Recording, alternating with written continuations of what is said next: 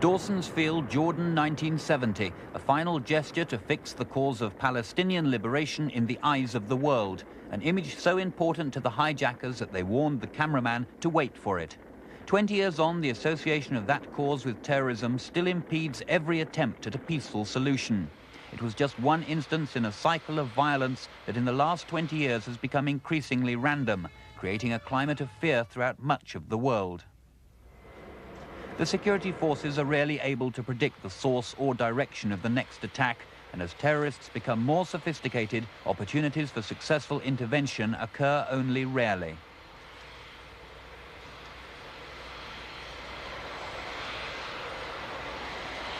For much of its history, those resorting to terrorism fell into two main categories: groups ostensibly fighting for a nationalist or separatist cause, like the Provisional IRA and ETA in Spain, among many others.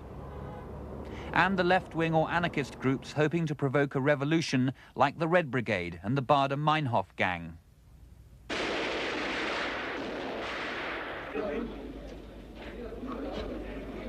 Tactically, they have all learnt from each other, through direct contact or by example.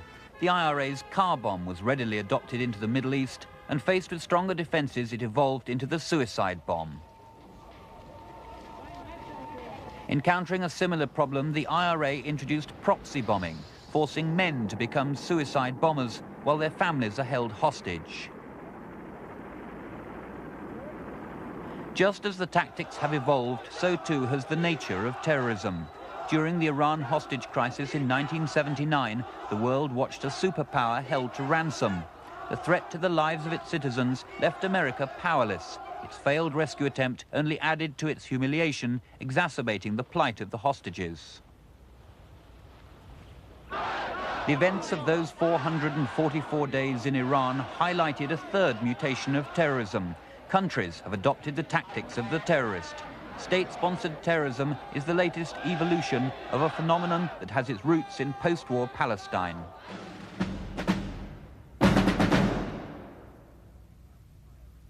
Israel is a country preoccupied with terrorism, its people constantly on guard against attacks from within and without. Terrorism here is even older than the state itself, and the first examples of it were not Arab but Jewish. In 1946, the King David Hotel was the headquarters of the British-mandated government of Palestine.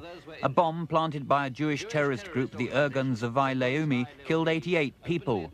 The Irgun member who planned the attack was Menachem Begin, later Prime Minister of Israel. Another member wanted by the British police was Yitzhak Yezhenitsky, now Yitzhak Shamir, the present Prime Minister. It was part of a campaign to drive the British out of Palestine. And it worked. In the wake of the Nazi Holocaust, the creation of a Jewish homeland had strong backing, and the UN decided on partition. In the Arab-Israeli war that followed, the Irgun and Stern gangs conducted a campaign of terror to drive out the Arab population. A massacre at Deir Yassin accelerated the flight of the Arabs. 700,000 Palestinians left their lands for refugee camps in the West Banks and neighbouring countries.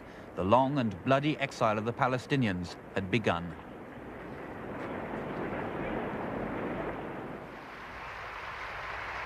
When Yasser Arafat attended the United Nations in 1974 as the leader of the PLO, he came with an olive branch and a gun, asking the world not to let the olive branch slip from his hand. Yet while he may have held the olive branch, his was not the only gun among the Palestinians. For the PLO is an umbrella organization within which a number of different groups operate.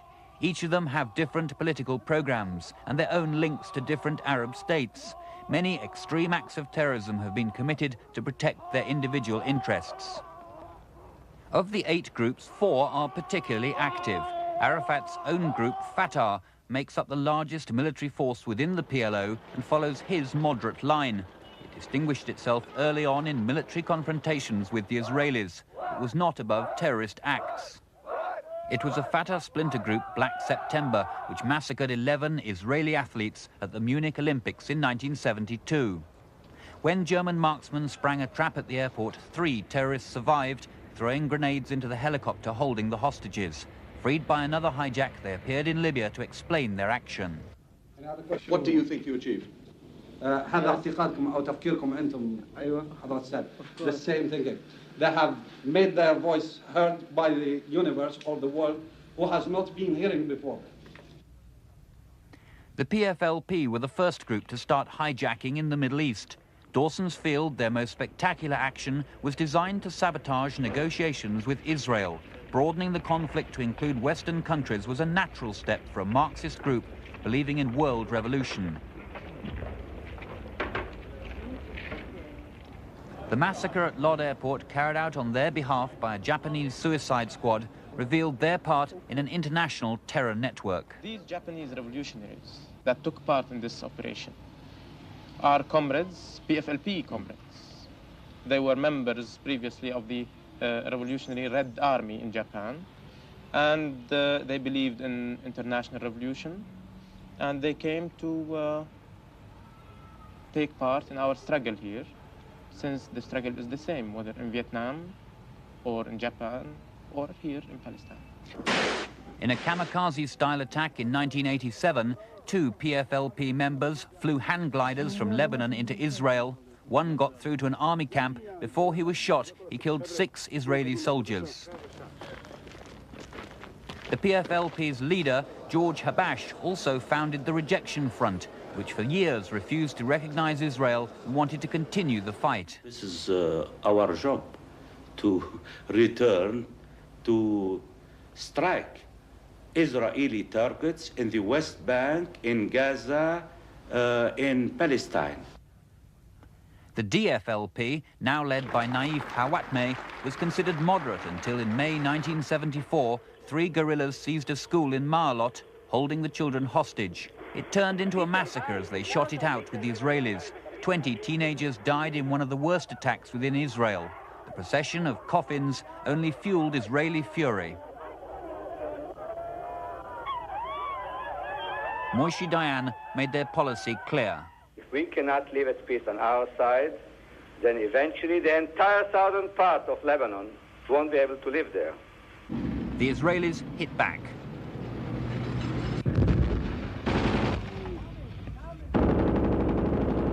Retaliatory raids into the Lebanon by land and air became part of life for the next generation of Palestinians growing up accustomed to war. The PFLP General Command broke away because they wanted less talk and more action. In underground bases in the Lebanon, they trained for suicide raids into Israel in the early 70s, again intent on disrupting any negotiations. Their faces hidden from outsiders, they were given suicide kits lined with explosives in case of capture in Israel. They went further afield too. In 1973, during a hijack at Rome Airport, they threw phosphor bombs into a passenger plane, killing 32 people. The General Command is supplied and funded by both Libya and Syria. They also backed its leader, Ahmed Jabril, in his war against Arafat in 1983. The Palestine Liberation Front, led by Abu Abbas, split from the General Command, preferring Iraqi backing. Its hijacking of the Italian liner Achille Lauro in 1985 destroyed yet another peace plan. That the group was not known for terrorism perhaps explains how the terrorists allowed themselves to be discovered cleaning their Kalashnikovs. What was intended as a suicide raid into Israel turned into a sea-jacking, a murder, and an international incident. In 1988, the leaders of the main groups finally agreed on a program that allowed Arafat some credibility when he returned to the UN 14 years after his first visit to say, I hereby once more declare that I condemn terrorism in all its forms. There are still other Palestinian groups outside the PLO who are not bound by his words, and of them all, the man on the left is the most dangerous, for this is Abu Nidal. The most infamous of all Palestinian terrorists, Mohammed Sabri al-Banna, was born in Jaffa in 1941. While studying as an engineer in Cairo, he met Yasser Arafat and joined Fatah. He was Fatah's representative in Baghdad until in 1973 he fell out with Arafat and founded the Fatah Revolutionary Council. He started by murdering PLO moderates like Issam Satawi, aiming to frustrate any negotiation with Israel. After this, Arafat put a price on his head. He has worked from 4 countries and has grown rich, killing for his patrons, with investments in the arms and drugs trade. He is described by many as a psychopath. In Tripoli, he reportedly buried a disloyal aide in his backyard and built a patio over him. His 500 dedicated followers undergo intensive training in all types of combat. Working in small cells, they have hit targets throughout Europe and the Middle East. Survivors of their actions have testified to the blend of professionalism and sheer ruthlessness that distinguishes their work. The chief, he was killing the girls and ladies just easy as he drinks a cup of coffee. He was crazy, I think. He wasn't normal. He was abnormal because he was killing them. He came again in the cockpit. He was whistling, eating, singing. No problem at all. They look like businessmen, really well dressed. In December 1985, after breakfast in the Hilton, 3 of them walked into Vienna airport, pulled Kalashnikovs from under their coats and began firing and rolling grenades at the El Al queue. When 2 Israeli security men returned fire, they turned and fled down an escalator.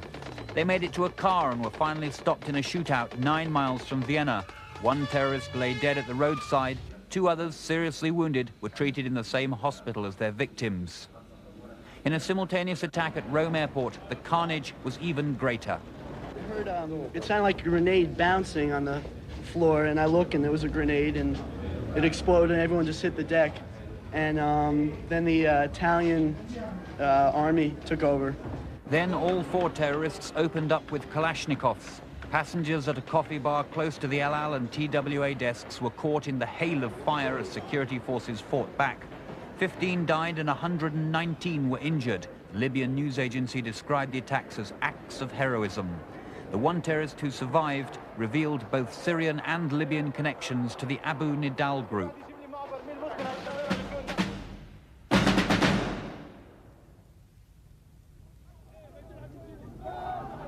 Spontaneous demonstrations on the streets show how his own people feel about Colonel Muammar Gaddafi. In 20 years, his green revolution has transformed Libya, giving it a standard of living that is the envy of its neighbors. But to the rest of the world, he is the prime promoter of terrorism, a man with blood on his hands. In the 70s, he gave millions to terrorists, handing out bonuses for spectacular actions like the Munich Olympic massacre. The group that seized the OPEC ministers had his special protection. Its leader was the most wanted terrorist of all time, Carlos the Jackal, alias Ramirez Sanchez, who was sheltered and funded by Gaddafi. His support for terror groups is still generous. In 1987, the seizure of the Exxon by French police revealed a cargo of arms worth $30 million bound for the Provisional IRA. This was believed to be only one of a number of shipments. Gaddafi's political opponents abroad are tracked down by hit squads equipped through the diplomatic channels of his People's Bureau. In 1984, an anti-Gaddafi demonstration outside the London Bureau resulted in the murder of a woman police officer.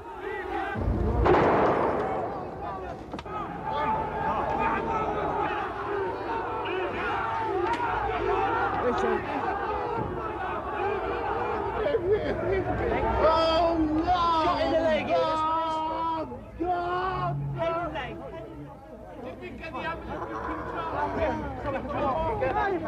10 others were wounded in the hail of shots fired by an accredited diplomat from within the embassy.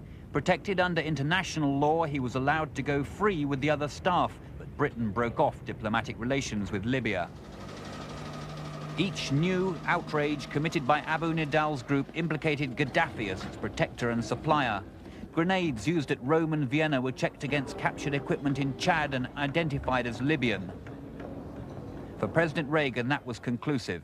The Rome and Vienna murders are only the latest in a series of brutal terrorist acts committed with Gaddafi's backing. Relations between the 2 countries have been bad since 1981, when the carrier USS Nimitz and the 6th Fleet conducted maneuvers off the Libyan coast. Gaddafi claimed the whole Gulf of Sirte as Libyan territorial waters, drawing what he called his line of death across the mouth of the Gulf. The Americans, recognizing only the 12-mile limit, began exercises within the Gulf. Two F-14 Tomcats of the Nimitz Black Aces squadron were patrolling round the fleet when they clashed with two Libyan Su-22s supplied by Russia. A Libyan plane fired off a missile, but they were no match for the F-14s with their sophisticated radar and weapon systems, and both were shot down. The next day, President Reagan was on board another carrier in the Pacific, visibly pleased at the attention now focused on what he called American military muscle. In March 1986, he again decided on carrier diplomacy. In the wake of Rome and Vienna, it was time for another freedom of navigation exercise in the Gulf of Sirte.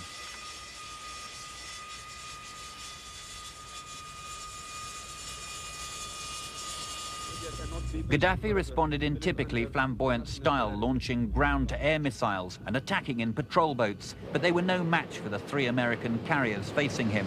They replied with air raids on the missile sites, and air-launched Harpoon missiles destroyed 4 of his new Soviet fast patrol boats. On the streets of Tripoli, angry crowds demonstrated their support, calling for suicide raids against the US fleet. For them, America was clearly the aggressor, and rather than denting Gaddafi's prestige, it made him a hero. Chillingly, he threatened to escalate the conflict all over the world. On April the 5th, he did. A bomb in a Berlin disco killed 2. 70 US servicemen were among the injured. Decoded signals from Libya to its Berlin bureau revealed the culprits. On April the 14th, the Americans conducted what they called routine NATO exercises at their British bases. But the bombs were for real. 18 F-111s, some capable of radar jamming, were preparing for a 6,000-mile journey. They were going to raid Libya. With British government consent, the American F-111s took off around 7 p.m. Out over the Atlantic, US tanker planes were waiting to refuel them. France and Spain had refused permission to overfly, adding 3,000 miles to the flight. Over the Mediterranean, they dropped low to avoid Libyan radar, arriving at 2 a.m. The Sixth Fleet attacked first, A-7 bombers hitting an airfield and a barracks in Benghazi. In Tripoli, the F-111s attacked the Al Azizaya barracks, Libya's main terrorist HQ, and the port and military airport. Film of the attack was later shown to journalists. The F-111 crew is using their attack radar to steer toward the target. The weapons system officer has found the Tripoli International Airport on the radar. Pilot makes corrections to the target. There are the bombs. And that's the impact. 16 F-111s landed back in Britain on the 15th after 13 hours in the air. One had been shot down, another landed in Spain. Equipped with laser-guided bombs, the F-111s should be totally accurate. One plane uses a laser beam to locate and illuminate the target, while a second drops its bombs which guide themselves to the laser spot. But the damage on the ground told a different story. What is this? Is this military target? It's clear now who is the assassin. It's clear. Wrecked buildings in the suburbs and the toll of dead or injured refuted the image of a surgically precise raid. Damage to Gaddafi's house, his sagging Bedouin tent and the death of his adopted daughter proved that they had hit some targets and that Gaddafi too had been a marked man. Despite angry world reaction, President Reagan was unrepentant. Today, we have done what we had to do. If necessary, we shall do it again. Today, Gaddafi's house is kept as a memorial to the raid, still fueling anti-American sentiment, but there has been a lessening of terrorist activity. Intelligence sources say that Abu Nidal is now trying to negotiate a return to his old base, Iraq.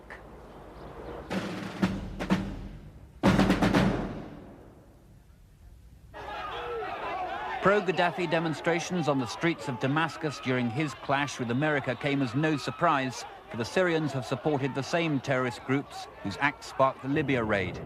President Assad's rise to prominence in the complex web of Middle East politics has not been built solely on his powerful Soviet-supplied army. For years, Syria has pursued its policies through proxy forces. the Palestinian factions it harbours have been used for Syrian goals. It supported Palestinian leaders like Abu Musa and Ahmed Jabril in their attempt to wrest control of the PLO from Yasser Arafat in 1983. Its aid to the Muslim militias in the struggle for Beirut helped secure its position as the dominant force in Lebanese politics. Evidence from the surviving terrorists in the Rome and Vienna attacks revealed that Abu Nidal has an operational base in Damascus, that he had links with Syrian military intelligence, and that the attacks had been planned in a Damascus apartment. Syria, like Libya, was sponsoring terrorism. In 1986, Palestinian Nizar Hindawi planned bomb attacks in Berlin and London that were to reveal the full extent of Syrian involvement in terrorism. The first attack was on the German Arab-friendly society in West Berlin, carried out by his brother Hassi and Farouk Salameh. At his trial, Hassi revealed that on his brother's orders, he had crossed over to East Berlin on a one-day pass to collect the explosives and detonator from the Syrian embassy on Otto Grotewohlstrasse. He then smuggled the bomb into West Berlin by a circuitous route with the aid of his accomplice. When the bomb failed to explode, his brother called in a Syrian bomb expert, known to them as Abu Ahmed, who drove across from the east, repairing the bomb in minutes. This time, it went off. German police suspected a link to the La Belle disco bombing, though Hassi denied it. But Hindawi had another plan. An El Al Jumbo flying from London to Israel was to be blown out of the skies at 1:04 on April the 17th. Anne Murphy, his girlfriend, who was pregnant by him, was to be the unwitting human time bomb. On the morning of the 17th, he took her to Heathrow Airport. Hindawi had persuaded her to take a holiday in Israel, saying he would join her there and they would get married. He gave her a new overnight bag as a present. What she didn't know was that it contained a sophisticated time bomb constructed in Damascus, and that she and the other passengers had been chosen to die for a cause she knew nothing of. The airport's own security check failed to detect the device. An El Al guard who searched her bag discovered a secret compartment containing Czechoslovakian military explosives and a calculator, the trigger for the bomb activated by Hindawi that morning. Unaware the bomb had been discovered, Hindawi had returned to his central London hotel to begin his escape. It was here that he regularly met his controller, the man who had trained him in Syria, Colonel Haytham Said, Deputy Commander, Syrian Air Force Intelligence, who was also known as Abu Ahmed. Together they had finalized the plans for the aircraft's destruction. Hindawi was using a Syrian government passport in the name of Isham Shah. Occasionally he shared a room with Colonel Said, whose passport described him as a Mr. Kokash. Hearing that the bomb had been found, Hindawi went straight to the Syrian embassy. There he met the Syrian ambassador, Dr. Lufof al-Haidar. According to Hindawi's statement, the ambassador told him he had done good things and arranged for him to be taken to a safe house by 3 diplomats. The diplomats, 2 pictured here, were expelled from Britain in May that year. They disguised him while at the safe house, but the next morning, when one of them took hold of him, Hindawi panicked, thinking he would be killed, and ran off, later surrendering to the police. In his evidence, he revealed that Colonel Haytham Said had brought the bomb into the country using a diplomatic passport, which prevented a search of his bags. This had also been the case in Berlin. Like the Libyans, the Syrians were using diplomatic cover to supply their agents abroad. In a letter smuggled out of Brixton prison in May 1986, Hindawi asked his cousin to contact Abu Ahmed, also known as Haytham Said, and persuade him to arrange a deal for him. In addition to naming Colonel Said as the Damascus contact, it also referred to Israeli prisoners held by Ahmed Jabril and his PFLP-GC, and suggested Syrian influence over the hostages being held in Beirut. The letter highlighted the role of Syria's intelligence services in the shadowy terrorist world. Yet despite the Hindawi case, Colonel Said's immediate superior in Syrian Air Force intelligence was recently promoted and now is even closer to President Assad.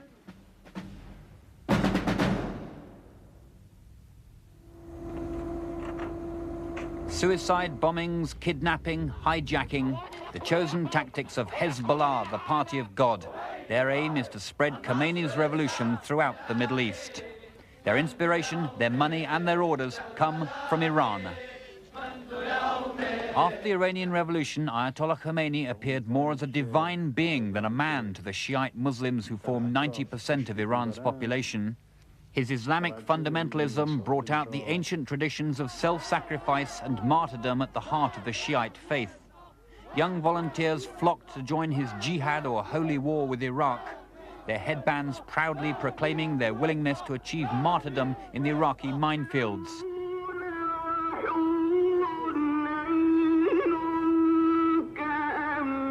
But Iraq was not the only enemy.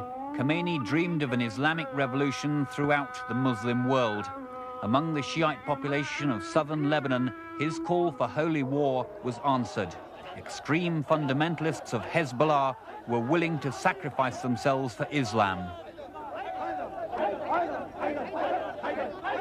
This Israeli ammunition convoy had no defense from a car packed with explosives and a driver blessed by a mullah and ready for martyrdom.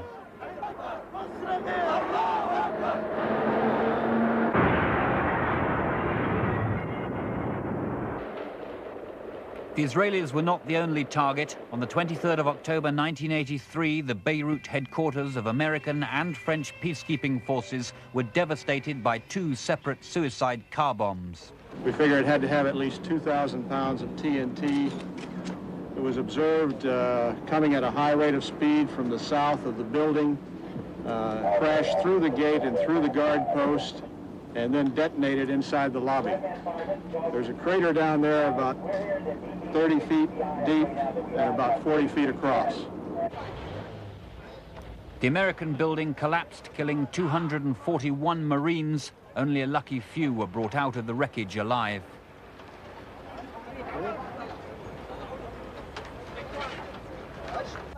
The French building suffered a similar fate. 58 French troops died in the carnage. Both bombers had gone willingly to their deaths. They were members of Islamic Jihad, one of the extreme groups within Hezbollah.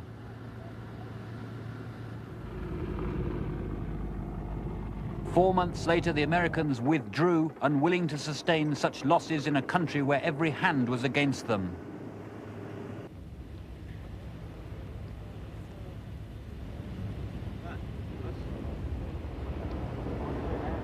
With a truck and some dynamite, Hezbollah had won another victory in Khomeini's holy war.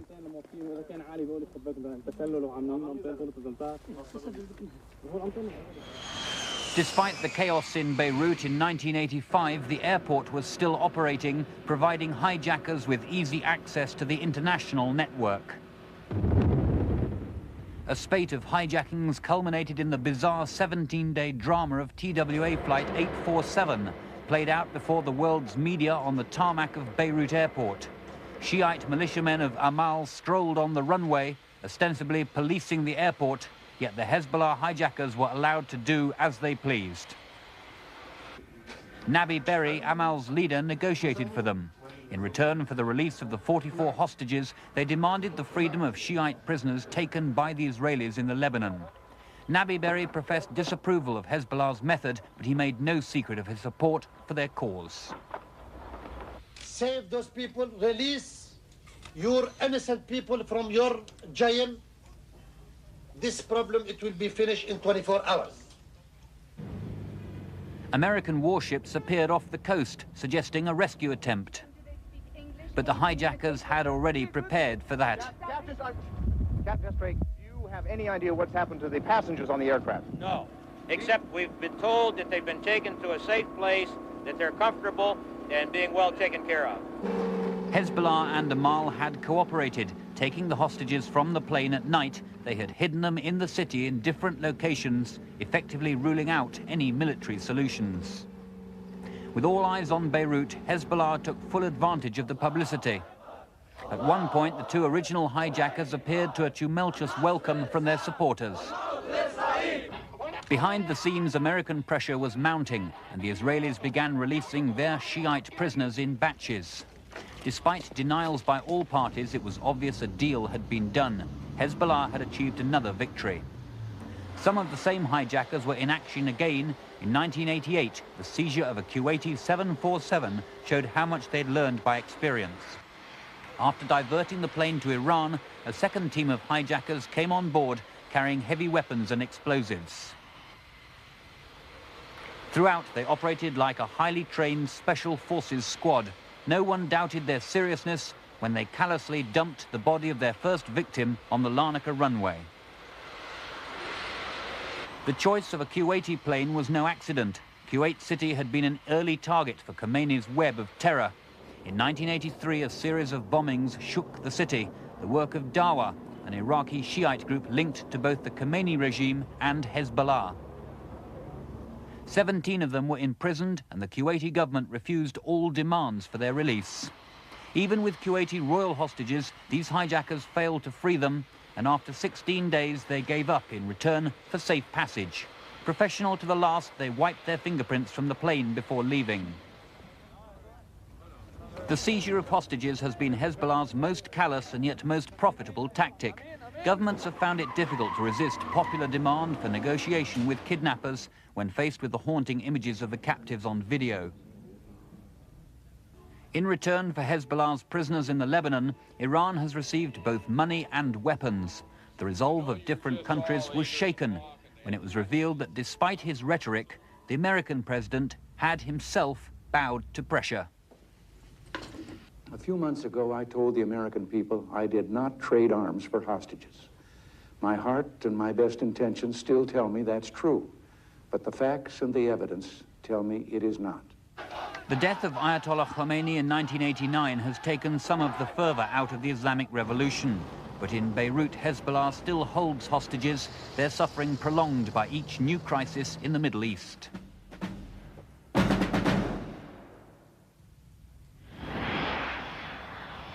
Freedom of movement and technological change have in many ways made the terrorists' role easier over the last 2 decades and increased the scale of destruction they can achieve.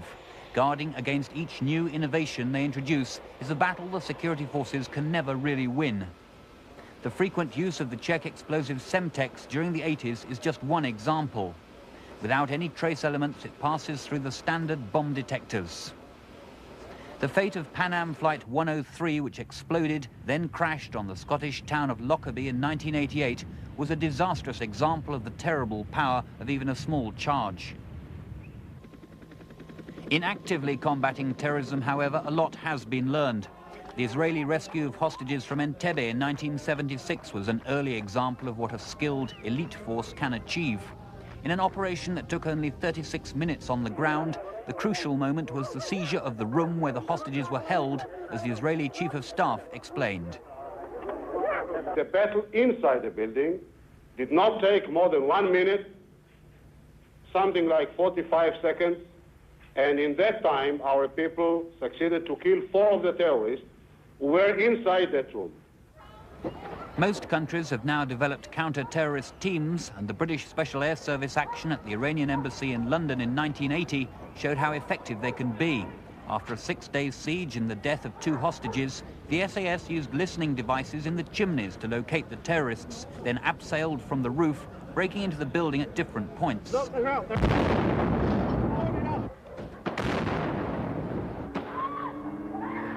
They hurled stun grenades into the building, then swept it to a preconceived plan to devastating effect. 5 of the 6 terrorists were killed.